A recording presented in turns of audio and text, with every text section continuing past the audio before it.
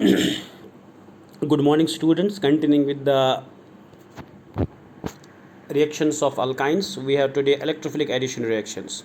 Electrophilic addition reactions में वो reactions होते हैं जहाँ पे एक एडिशन रिएक्शन होता है जिसका पहला स्टेप होता है addition of electrophile.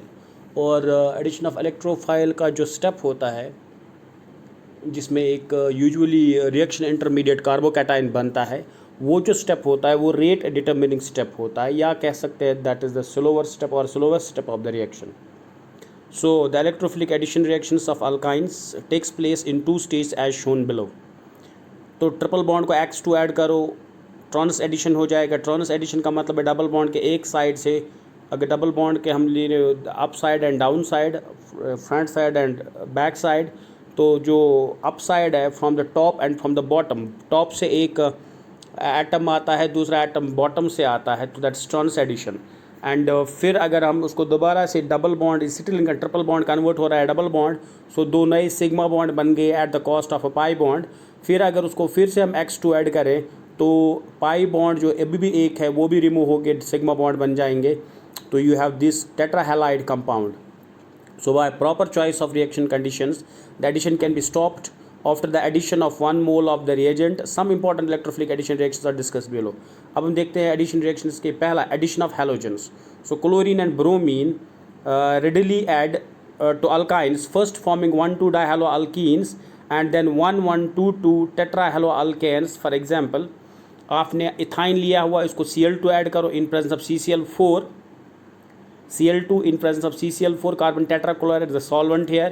So you are getting an anti-addition reaction or trans product, that is trans 1,2-dichloroethane बन रहा है. एक पाई बॉन्ड चला गया. याद रखना जब भी एडिशन रिएक्शन होता है तो पाई बॉन्ड का होना ज़रूरी है, आपके अनसैचुरेटेड मॉलिक्यूल का होना ज़रूरी है.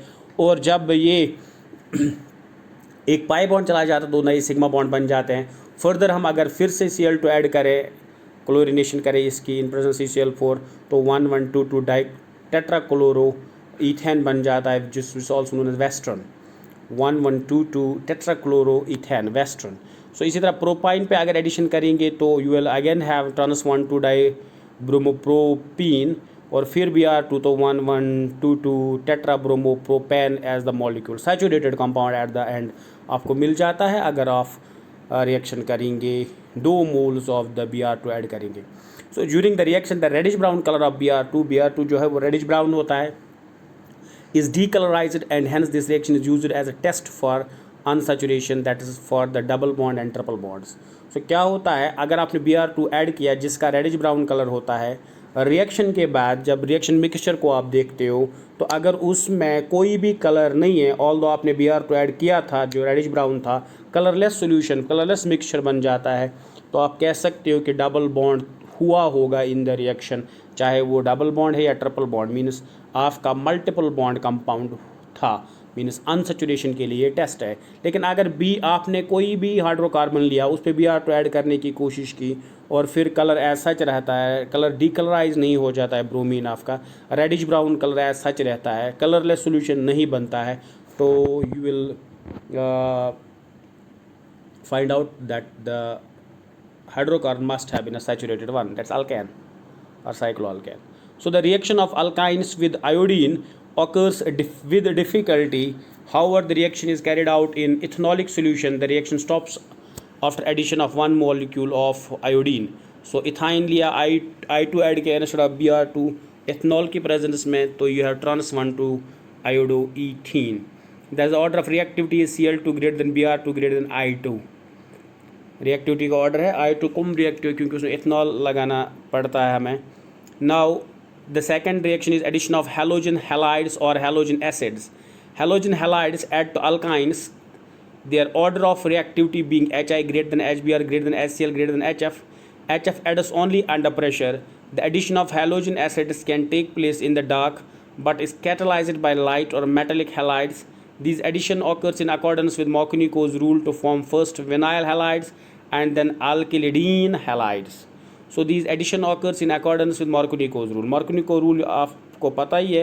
Halogen halides means halogen acids का मतलब है halogen halides और halogen acids, that's HX को जब ऐड करते हो तो नेगेटिव पार्ट उस डबल बॉन्डेड कार्बन को ऐड हो जाएगा जिस पे कम हाइड्रोजन्स होंगे।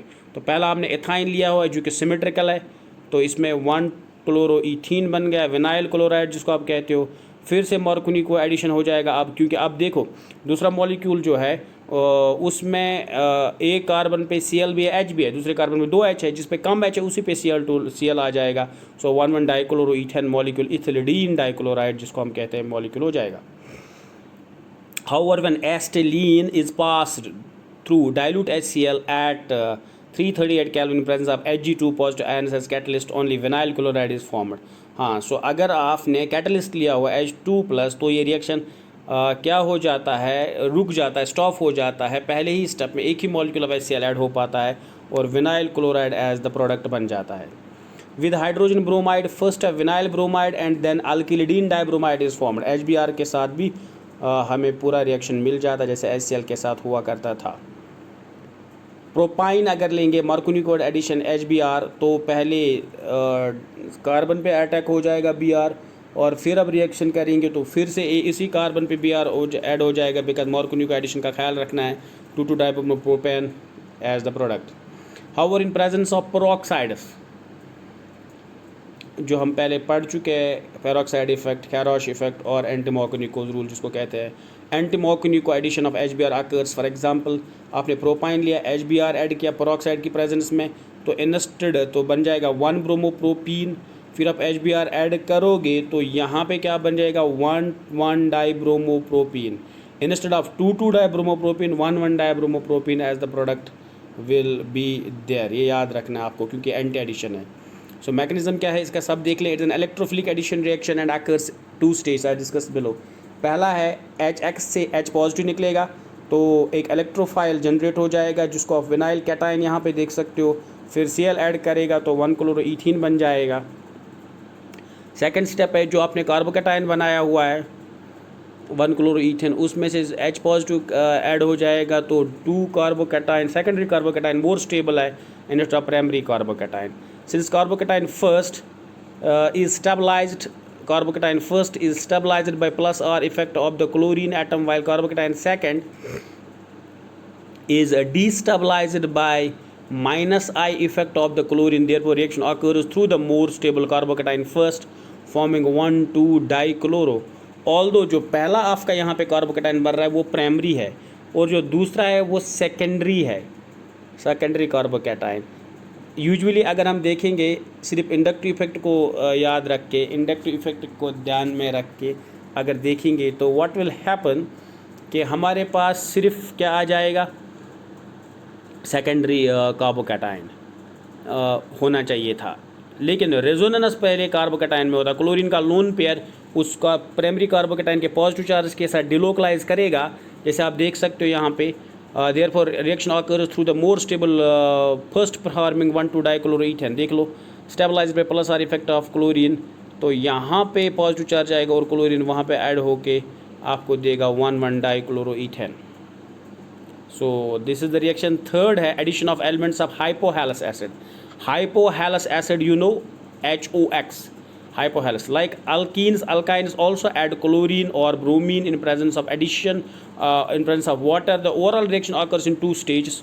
ये भी एडिशन रिएक्शन दो स्टेप का है। Each stage involving the addition of the elements of the hypohalous acid to form dihaloocarbonyl compound as the final product. For example यहाँ पे देख लीजिए एथाइन है, हाइपोक्लोरस एसिड लिया हुआ है HOCl, तो ये प्रोडक्ट बन जाएगा 2 chloroeth1 in 1 ol, क्योंकि मॉर्कुनी का एडिशन है, OH नेगेटिव है। अब फिर से ऐड हो जाएगा तो अनस्टेबल कंपाउंड, और वो diol is an unstable compound, तो यहाँ पे वाटर रिलीज हो जाएगा और आपको कार्बोनिल कंपाउंड मिल जाएगा।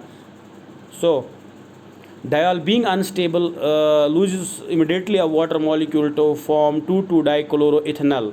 इसी तरह रिएक्शन अगर प्रोपाइन की है तो यहाँ मॉर्कुनी को एडिशन करनी पड़ेगी और दूसरे स्टेप में आपको अनस्टेबल कंपाउंड फिर से डायोल मिल जाता है, तो ये कीटोन देगा आपको।